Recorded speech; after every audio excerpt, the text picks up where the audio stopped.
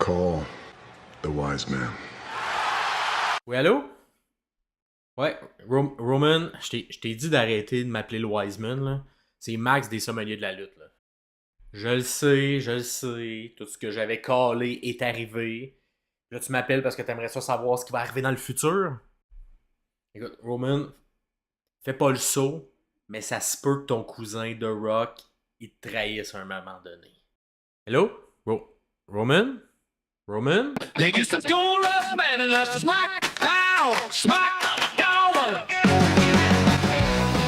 Bon matin, bonjour ou bonsoir tout le monde et bienvenue à cette dégustation du SmackDown du 15 novembre 2024. Un SmackDown quand même bon, j'ai trouvé pour l'occasion. Des bons matchs également de lutte, donc c'est le fun voir SmackDown un peu prendre une petite coche au niveau du in-ring. Mais avant toute chose, petite publicité si jamais vous êtes dans le coin de Montréal, ce mercredi, il y a une soirée d'humour que j'anime à la Petite Marche sur Saint-Denis. Donc, vous pouvez venir, ça va me faire plaisir de vous voir là. Et maintenant que ma petite promotion est terminée, on va y aller avec le review de SmackDown. Donc, on rouvre ça avec Cody Rhodes qui arrive un peu en civil. Il n'est pas en complet comme d'habitude. Et il demande à ce que Kevin Owens s'en vienne parce qu'il veut y parler. Il veut y casser la gueule, il veut un peu se venger de ce qui s'est passé la semaine dernière avec Randy Orton. Mais c'est Nick Aldis qui arrive et qui vient un peu calmer les ardeurs de Cody Rhodes. Il lui dit que lui, sa position, c'est de gérer le brand de SmackDown et pas de laisser, si on veut, les fous diriger SmackDown. Les fous, ben, il parle de Kevin, il parle de Cody. Fait qu'il dit, il l'a suspendu, Kevin Owens, puis il va pas laisser Cody l'attaquer gratuitement comme ça. Donc, le temps que tout ça se calme, évidemment, Cody n'est pas content, dit que, gars, t'es un lutteur avant Nick, mais tu sais ce que ça fait en dedans de nous. On veut se battre, on veut régler nos comptes dans le ring, puis si tu me laisses pas me battre contre lui, ben, je vais être obligé d'aller chez lui, dans son jardin, il pète à la gueule. Fait que laisse-moi me battre. Donc, Nick n'a pas le choix, il dit, gars, je vais voir ce que je peux faire pour la semaine prochaine, mais ce soir, il arrivera pas rien.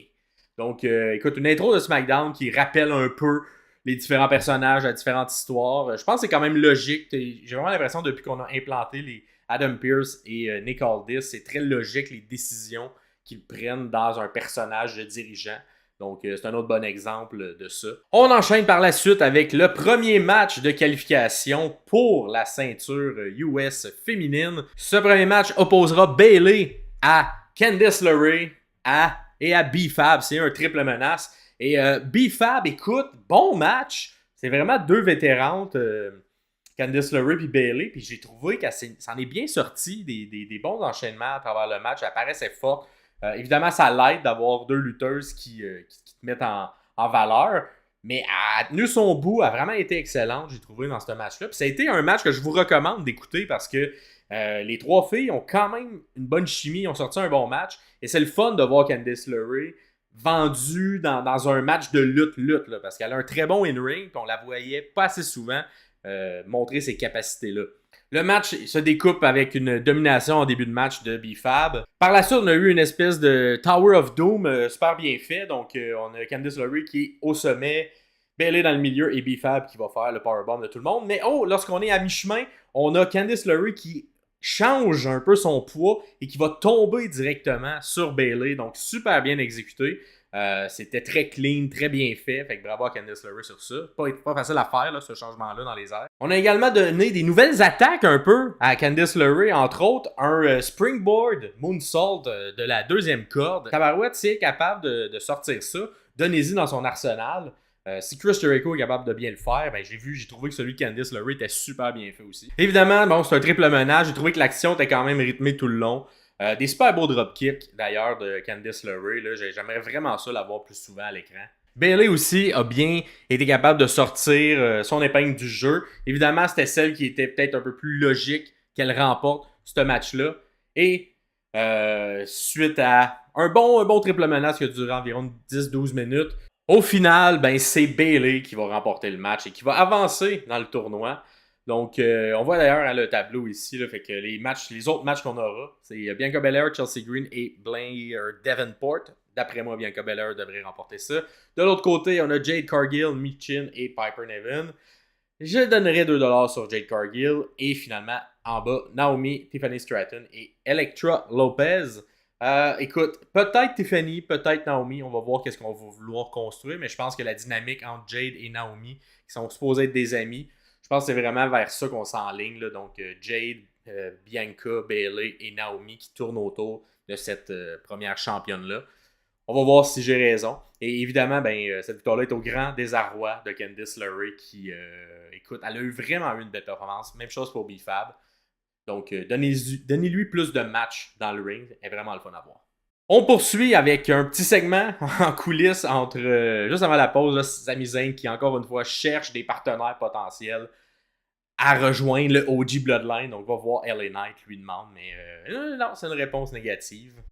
On a également une petite promo de Rock qui a été, entre autres, à Jimmy Kimmel avec des oreillers avec leur face. C'était pour promouvoir le fait que il était nommé Man of the Year d'un magazine que je connais pas. Et il a sorti son film de Noël, de Red One, qui, dans les prochains jours, en tout cas, je vais essayer de le regarder et de vous donner une critique cinéma, vu que c'est The Rock qui est à l'affiche là-dessus. Donc, on va voir on va faire un review de ce film-là. Les critiques sont pas très bonnes pour l'instant, mais bon, on va voir. On poursuit au retour de la pause commerciale avec un petit accrochage backstage entre les autres personnes qui sont dans le tournoi de la US Championship féminine. Donc, B-Fab un peu se fait accosté par Chelsea Green et Piper Niven. Bravo Piper Niven pour ses faces qui n'avaient pas beaucoup de texte, mais qui étaient là pour le visuel. Et c'est au final Michin qui arrive avec un kendo stick pour un peu aller défendre son ami. Donc, moi, ça me dit que probablement qu'il y aura une défaite de toutes ces madames-là et qu'on enchaînera ça vers une rivalité 2 contre 2 dans le futur. Donc, c'est ce que mon nez de sommelier me dit. On revient dans le ring avec LA Knight qui, pour vrai, nous sort une excellente promo. C'est vraiment un LA qui est relax, qui rebondit bien sur ce que la foule dit, qui est très cool aussi dans la manière qu'il le fait. Et il dit que contrairement à Logan Paul, lui, il va continuer de se battre et de défendre cette ceinture-là plus que 2 fois par année. Donc, il fait un open challenge que la Legado del Fantasma vient répondre un peu. Donc, c'est Escobar qui prend le micro. Quand même, écoute, il est très bon au micro, Escobar, j'ai trouvé efficace. Et il arrive avec tout son clan. Donc, il aimerait peut-être être le challenger à cette ceinture-là.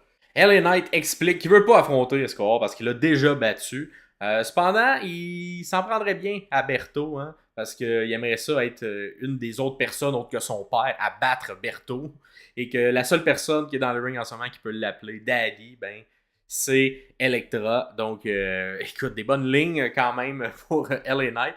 Et ça n'en prend pas plus pour que Berto il se choque puis il va faire un petit beatdown dans le coin à LA Knight. Et le match est officialisé durant la pause. Pour vrai, encore une fois, un bon match qui est pas très long, mais hey, Berto, il sort très fort de ça. Surtout en début de match où il y a un peu plus d'offensive, là, je le trouve très explosif. On s'entend, il y a des très peu de chances qu'il remporte ce match-là. Tu regardes pas le match en te disant qu'il va gagner, mais il est impressionnant.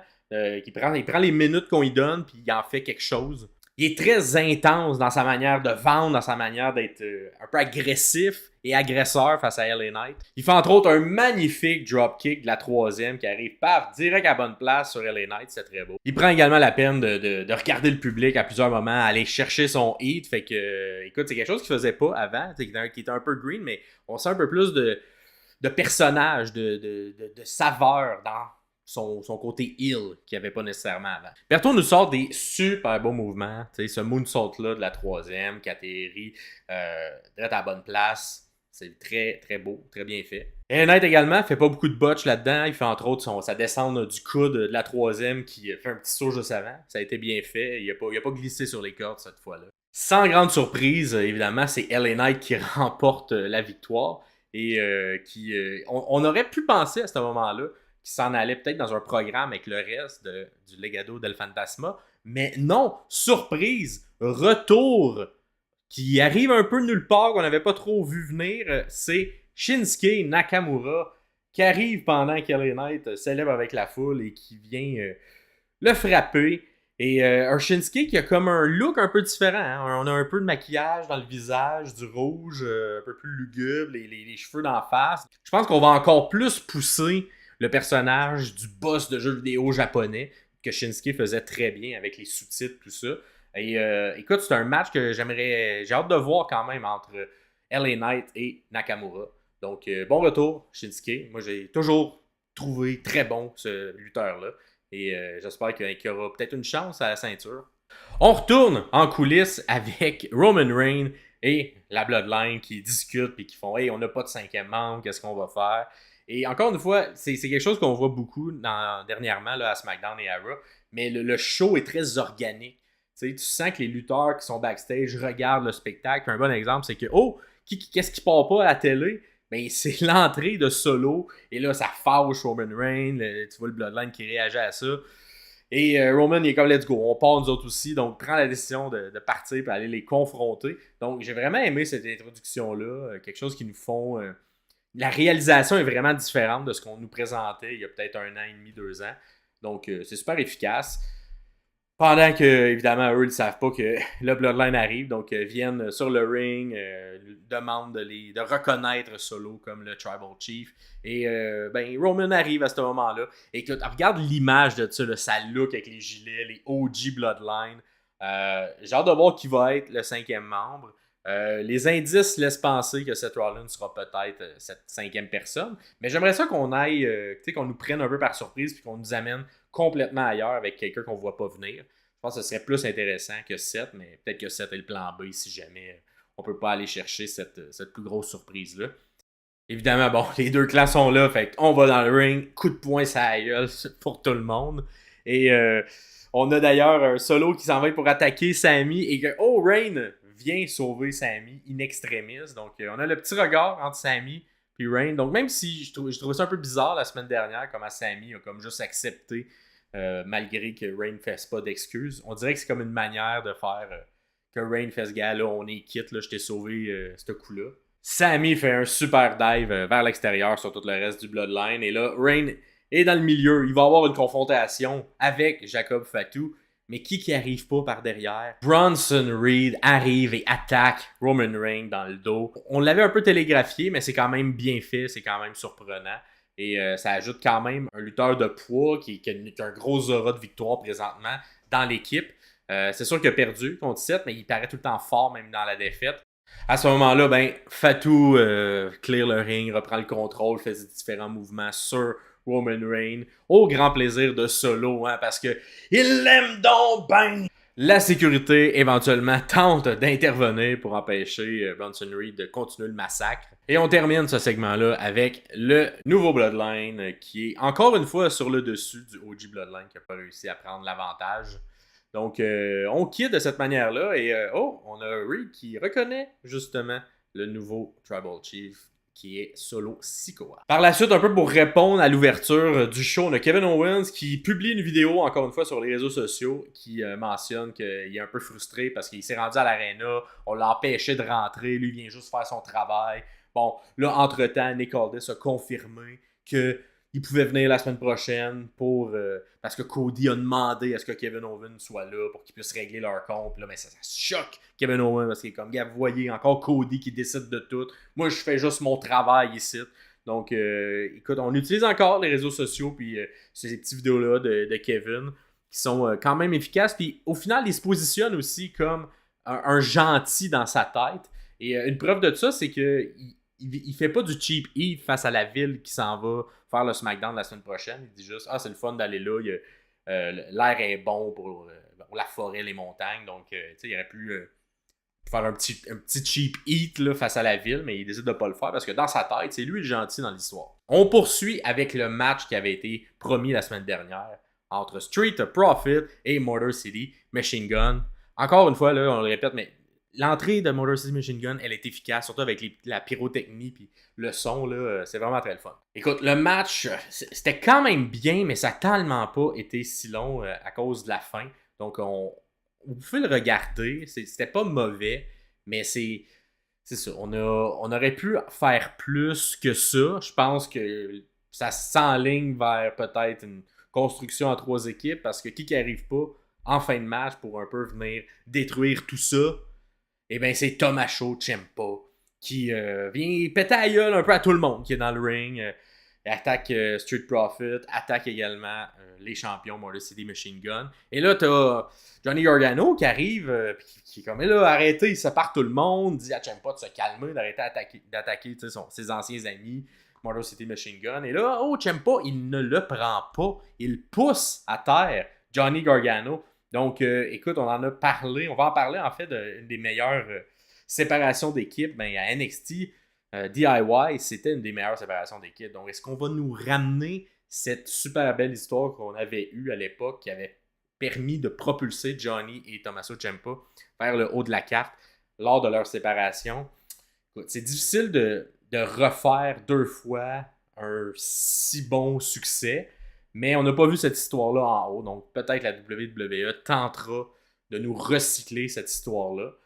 Au final, j'ai hâte de voir si ça s'en va vers où. Je pense qu'il y a beaucoup de tension en ce moment dans cette équipe-là. Donc, ça devrait être sur le bord d'exploser DIY.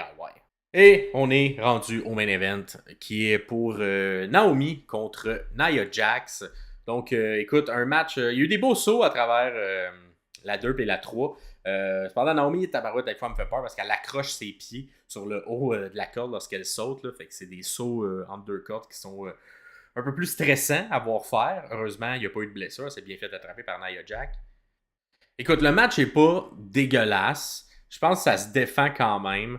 On a eu une offensive quand même intéressante du côté de Naomi. Cependant, en coulisses, qu'est-ce qui se passe pas? Ben, on a Liv Morgan et Raquel Rodriguez qui attaquent les championnes par équipe, Bianca Belair et Jade Cargill, parce que ces deux madames-là, peu plus tôt, avaient dit qu'il y avait qu'elle allait avoir le support de Naomi advenant qu'il y ait d'autres gens qui interviennent dans le ring.